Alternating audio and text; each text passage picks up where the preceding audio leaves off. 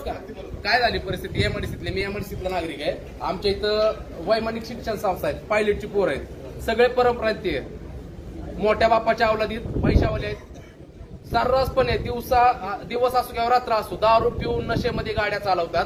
आज medical college आहे, स्थानिकचे admission कमी, सगळे बाहेरचे विद्यार्थी, मोठ्या बापाच्या अवलादीत त्या सगळ्या फुल पैसे त्यांच्याकडे, दारू पेत्यात, गांजा पेत्यात, गाड्या चालवतात. रोज 5 ते 10 ऍक्सिडेंट पेन्सिल चौकात होतात. यादव साहेब, साक्षीदार यादव साहेब तिथं असतात, सिटीएन चौकात असतात, पेन्सिल चौकात असतात, तरी आळा बसलाय.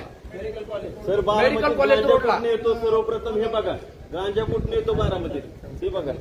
हे प्रशासनाचं काम आहे, कुठं येतोय कुठं नाही. तो आपली तक्रार आमची अशी की तुम्ही यांना आळा घाला, त्यांच्या सेमिनार भरवा, त्यांचं तुम्ही जनजागृती करा त्यांच्यामध्ये, या पायलटवाल्यांमध्ये.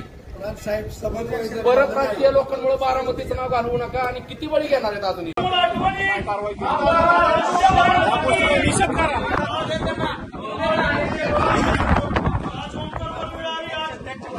आपल्या घरावेळी कुणाच्या घरावेळी सांगता येत नाही.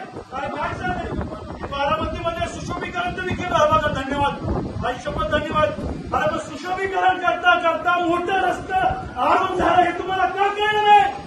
आज तुम्ही सुशोभीकरण करता म्हणता, ज्येष्ठांच्या तुम्ही वॉकिंग ट्रॅक त्याच्या टपऱ्या बांधले, तुम्हाला उत्पन्न कमी पण होते असं निश्चित. तुम्ही टपऱ्या बांधून आज उत्पन्न काढताय. तिथं तुम्ही प्लॉटवर बांधलं म्हणताय, त्या प्लॉटवर काय केलंय? साधी तुम्हाला सुरक्षिततेसाठी साधी 40 वर लावतात चक्रावरच्या कडेला. उद्या जर एखादं बारकं पोरगं काय कुणी घसरलं, मोठ्या माणसाला वर येतात नाही, बाकीच्या निवर कसं यायचं? बघा, काळजी आधीच घ्या, म्हणजे परत काळजी करायची वेळ येत नाही, एवढं आम्हाला सांगायचंय. भिगवण चौकात तुम्ही त्या दिवशी बघितलं, दुपारच्या वेळेस तुम्ही भला मोठा झेंडा उभारणार आहे, तिरंग्याला आमचा सुद्धा सलाम आहे, आमची सुद्धा ती भावना आहे.